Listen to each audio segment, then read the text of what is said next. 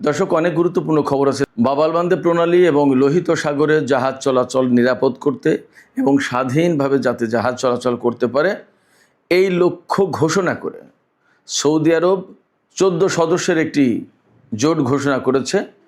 এই জোটে বাংলাদেশও থাকবে বলে খবর পাওয়া গেছে। এদিকে গত রাতেও ইরানের পক্ষ থেকে মার্কিন ঘাঁটি লক্ষ্য করে ড্রোন হামলা চালানো হয়েছে। ইরানের জাতীয় সংসদের স্পিকার বাকের কলিবফ তিনি বলেছেন, কেশম দ্বীপে আমেরিকা যে বর্বর হামলা চালিয়েছে তার জন্য তাদেরকে মূল্য দিতে হবে।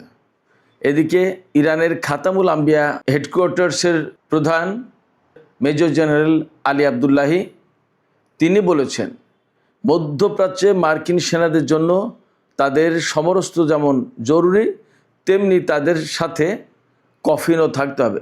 কফিন এখন তাদের অবিচ্ছেদ্য অংশ হয়ে গেছে। একথার মানে কি?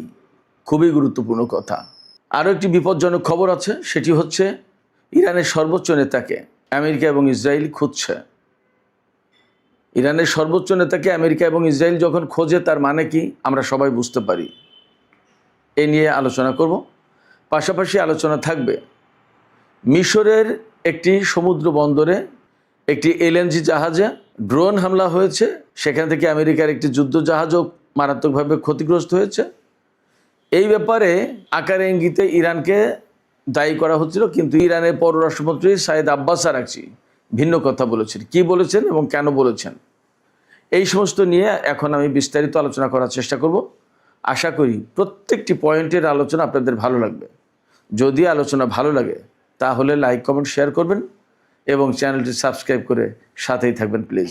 দর্শক, চলুন বিস্তারিত আলোচনায় চলে যাই। প্রথমে যে আলোচনা করেছি সেটি হচ্ছে একটা জোট হতে যাচ্ছে সৌদির নেতৃত্বে, যে বাংলাদেশ সহ বিশ্বের 14টি দেশ সেই জোটে যোগ দেবে বা তার প্রতি সমর্থন জানিয়েছে বলে খবর বেরিয়েছে। এই জোটের লক্ষ্য হবে বাবালমান্দে প্রণালী এবং লোহিত সাগরে সৌদি জাহাজ বা সৌদির বন্দরের দিকে যে সমস্ত জাহাজ যাবে তাদের উপরে যে নিষেধাজ্ঞা আরোপ করেছে ইয়েমেনের হুতি সমর্থিত সামরিক বাহিনী বা সরকার, সেই নিষেধাজ্ঞা নাকচ করে দেওয়া, বানচাল করে দেওয়া। এবং ইয়েমেনের পক্ষ থেকে, অর্থাৎ ইয়েমেনের হুতি সরকারের পক্ষ থেকে সৌদি বন্দরের উপরে যে নিষেধাজ্ঞা আরোপ করা হয়েছে, অবরোধ আরোপ করা হয়েছে, সেই অবরোধ ভেঙে দেওয়ার চেষ্টা করা হবে। এই জন্য সৌদি আরব ইয়েমেনের সাথে সম্ভবত একা পারছে না পারার কারণে জোট গঠনের ঘোষণা দিয়েছে। এবং এই লক্ষ্যে গতকাল সৌদি আরবে মোট 43টি দেশের অংশগ্রহণে একটি সম্মেলন অনুষ্ঠিত হয়েছে। সেই সম্মেলন থেকে যে সমস্ত দেশ সৌদি আরবের এই জোটের প্রতি সমর্থন দিয়েছে তারা হলো কুয়েত, বাহরাইন, কাতার, বাংলাদেশ, পাকিস্তান, তুরস্ক, সুদান, সোমালিয়া, জিবুতি, জর্ডান, মিশর, ইয়েমেনের যে সৌদি সমর্থিত অংশ তারা, এবং কমোরস নামে আরেকটি দেশ। আল জাজিরা খবর দিয়েছে কমোরস আছে, কিন্তু কোনো কোনো জায়গায় পাওয়া যাচ্ছে কমোরস না, নাইজেরিয়া আছে। জানি না এই দুই দেশের কোনটা। 43টি দেশ অংশগ্রহণ করেছিল সম্মেলন, তাতে এই 14টি দেশ সমর্থন দিয়েছে। আর সৌদি আরব এই জোটের নেতৃত্বে থাকবে, জোটের হেডকোয়ার্টার থাকবে সৌদি আরবে। লক্ষণীয় বিষয় হচ্ছে মধ্যপ্রাচ্যের যে সমস্ত দেশ রয়েছে তার ভিতরে গুরুত্বপূর্ণ কয়েকটি দেশ এই জোটে নেই, যেমন ইরাক, ওমান এবং সংযুক্ত আরব আমিরাত। আর এই যে জোট করা হয়েছে, এই জোট যদি স্বাভাবিক উপায়ে এই অবরোধ বা নৌ চলাচলের স্বাধীনতা নিশ্চিত করার চেষ্টা করে তাহলে সেটা হচ্ছে একদিক।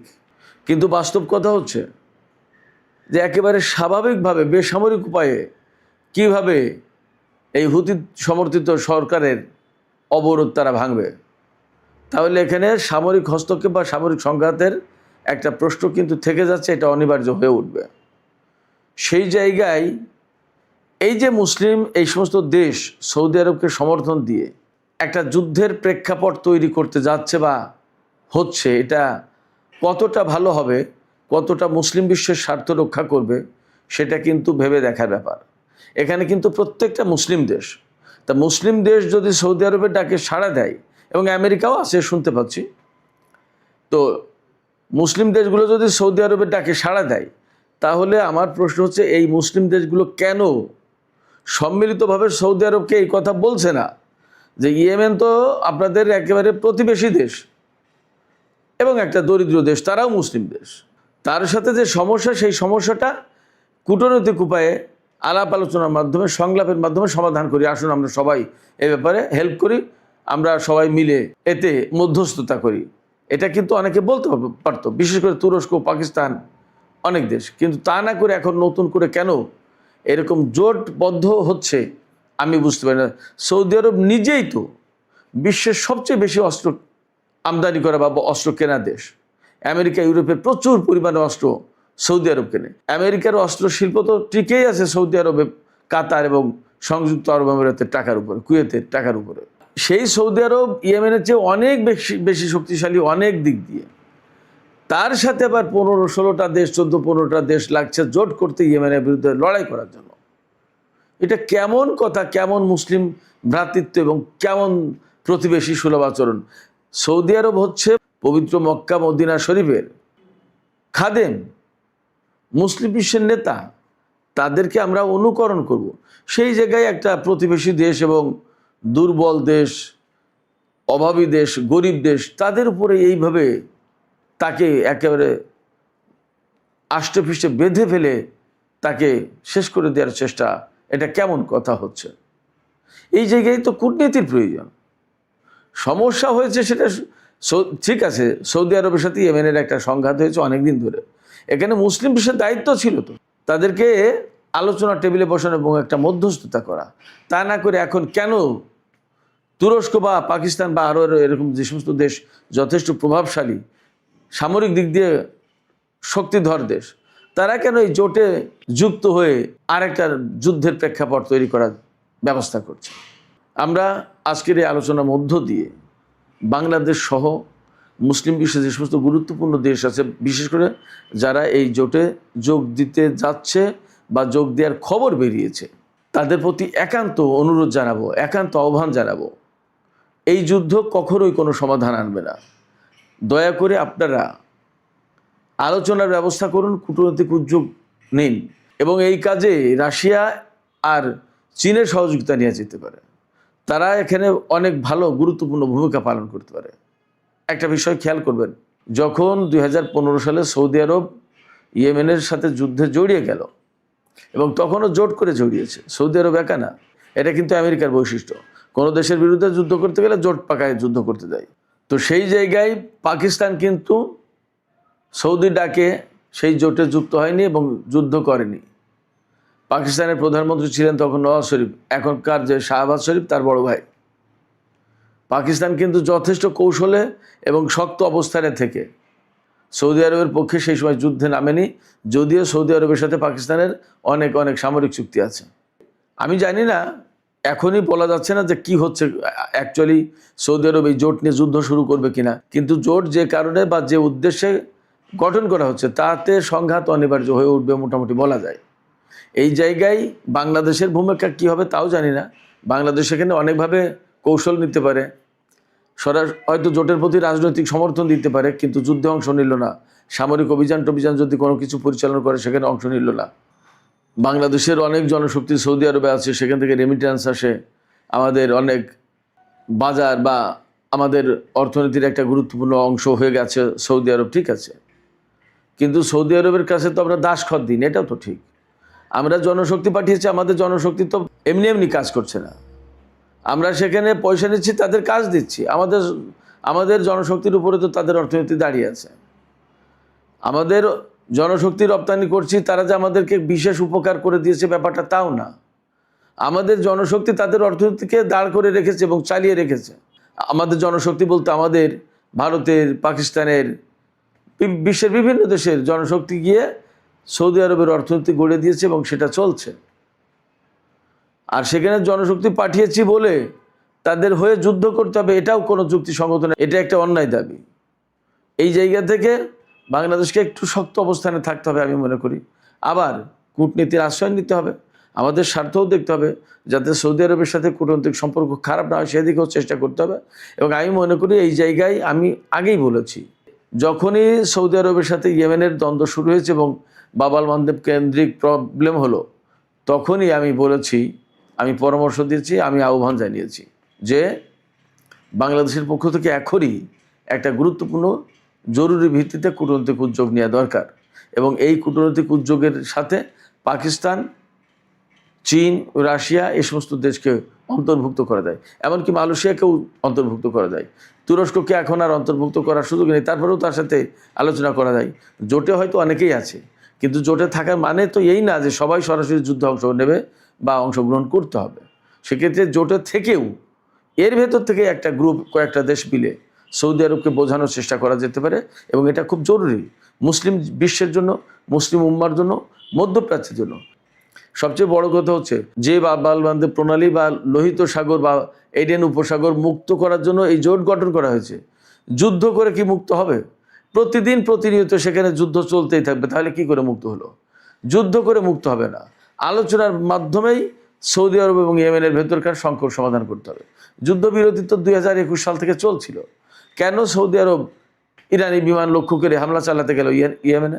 সৌদি আরব যদি ইয়েমেনের উপরে নিষেধাজ্ঞা দেয়, তো ইয়েমেনও সৌদি আরবের উপর নিষেধাজ্ঞা দিতেই পারে।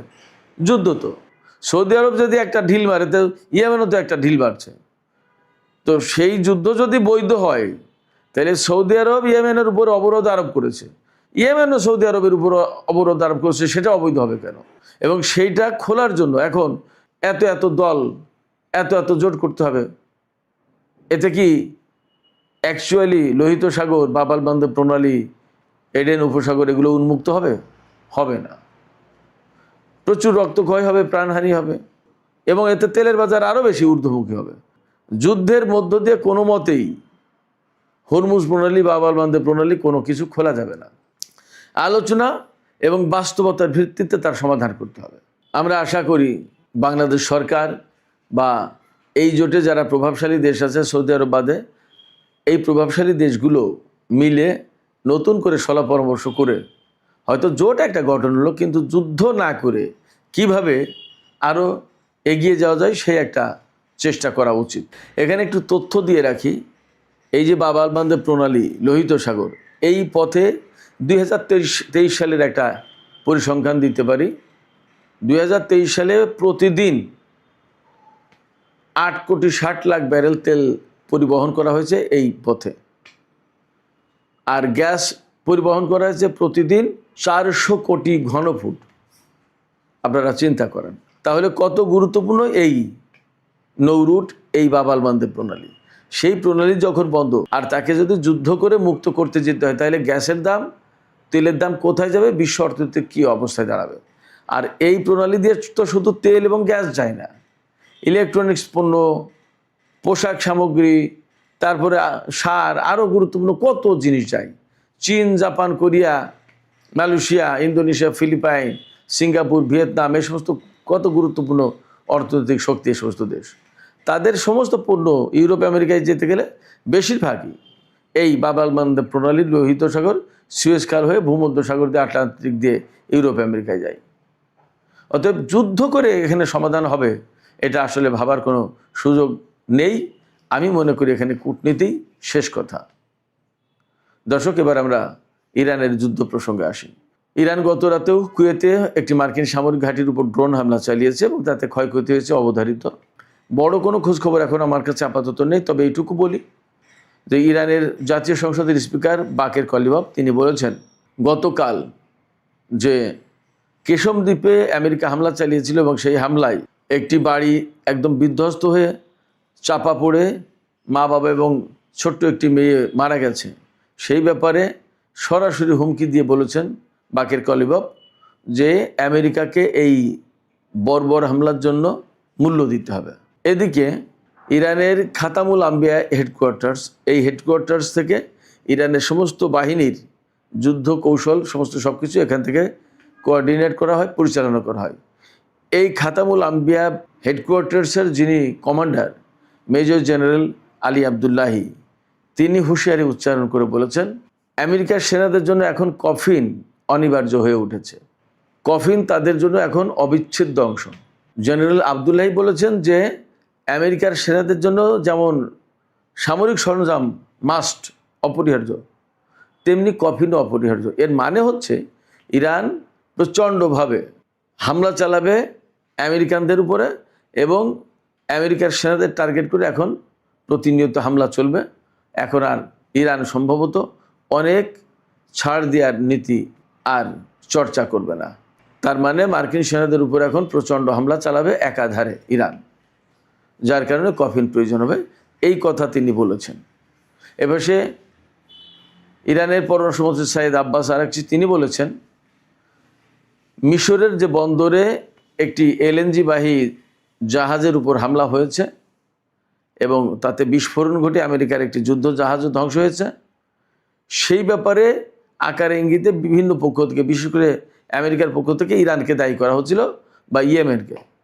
ইয়েমেন, ইরান সবাই বলেছে যে আমরা এই হামলার সাথে নেই, আমরা এই হামলা করিনি। ইরান বলেছে যে এই হামলার পেছনে থাকতে পারে ইহুদিবাদী ইসরায়েল, ইরানের ভাষায় ইসরায়েল থাকতে পারে এবং সেখানে বরং ইরানকে দায়ী করানোর চেষ্টা করা হচ্ছে। এটা ঠিক না, আমরা এর সাথে নেই। বরং মিশরের নিরাপত্তা আমাদের কাছে অনেক গুরুত্বপূর্ণ। মিশর আমাদের আঞ্চলিক বন্ধু দেশ, তাদের নিরাপত্তাকে আমরা যথেষ্ট গুরুত্ব দিই। মিশরের উপরে আমাদের হামলা চালানোর কোনো কারণ নেই, প্রশ্নও নেই। সম্ভবত ইরানের এই বক্তব্য থেকে একেবারেই বিষয়টা পরিষ্কার হবে। আর সর্বশেষ যে বিষয়টি নিয়ে আলোচনা করতে চাই, এটা খুবই বিপজ্জনক একটা খবর। সেটা হচ্ছে আজকেই খবর বের হয়েছে, দেখলাম ইরানের বর্তমান সর্বোচ্চ নেতা সাইয়েদ মুস্তফা খামেনি, তাকে আমেরিকা এবং ইসরায়েলের গোয়েন্দারা খোঁজাখুঁজি করছে। তিনি সর্বোচ্চ নেতার দায়িত্ব গ্রহণের পর আজ পর্যন্ত জনসমক্ষে আসেননি। এই অবস্থায় তিনি কোথায় আছেন তার অবস্থান শনাক্ত করার চেষ্টা করছে আমেরিকা এবং ইসরায়েল। লক্ষ্যটা সহজ। আমেরিকা এবং ইসরায়েল যখন ইরানের সর্বোচ্চ নেতার অবস্থান শনাক্ত করার চেষ্টা করে, তার মানে হচ্ছে তাকে হয়তো হত্যা করার চেষ্টা করছে। কিন্তু একথাও ঠিক, ইরানের সাবেক সর্বোচ্চ নেতা সাইয়েদ আলী খামেনিকে হত্যা করে আমেরিকা কি তার লক্ষ্য অর্জন করতে পেরেছে? যদি নতুন নেতাকে হত্যা করে আমেরিকা কি তার লক্ষ্য অর্জন করতে পারবে? পারবে না। বরং তাদের জন্য বিপদ আরও বাড়বে, মধ্যপ্রাচ্যের পরিস্থিতি আরও জটিল হবে এবং ইরান কি তখন ছেড়ে দেবে? ছেড়ে দেবে না। বরং এখন আমরা দেখতে পাচ্ছি, শুনতে পাচ্ছি যে ওই যে মেজর জেনারেল আলী আবদুল্লাহি বললেন যে আমেরিকান সেনাদের জন্য কফিন মাস্ট। তাদের সাথে যেমন সামরিক সরঞ্জাম থাকে, তেমনি তাদের সাথে এখন কফিন থাকতে হবে। তার মানে ইরান আমেরিকান সেনাদের বিরুদ্ধে অনেক বেশি শক্ত অবস্থানে যাচ্ছে। সুপ্রিয় দর্শক, এখনকার আলোচনা এখানে শেষ করতে চাই। আলোচনা শেষের আগে আমি আপনাদের কাছে মতামত জানতে চাই। আশা করি আপনারা চিন্তাশীল মন্তব্য করবেন। সৌদি আরব এই যে জোট গঠন করলো, এই জোটের উচিত হবে কি ইয়েমেন বা হুতিদের বিরুদ্ধে যুদ্ধ করা বা বাব আল মানদেব প্রণালী এবং লোহিত সাগর উন্মুক্ত করার জন্য যুদ্ধে জড়িয়ে পড়া, নাকি তাদের উচিত হবে সম্মিলিতভাবে সৌদি এবং ইয়েমেনের মধ্যকার চলমান সংকট নিরসন করার জন্য কূটনৈতিক ভূমিকা নেওয়া, উদ্যোগ নেওয়া? আপনাদের মতামত জানিয়ে কমেন্টে লিখতে পারেন। আর ভিডিও ভালো লাগলে লাইক, কমেন্ট, শেয়ার করবেন এবং চ্যানেলটি সাবস্ক্রাইব করে সাথেই থাকবেন।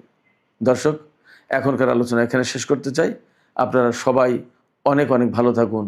আল্লাহ হাফেজ।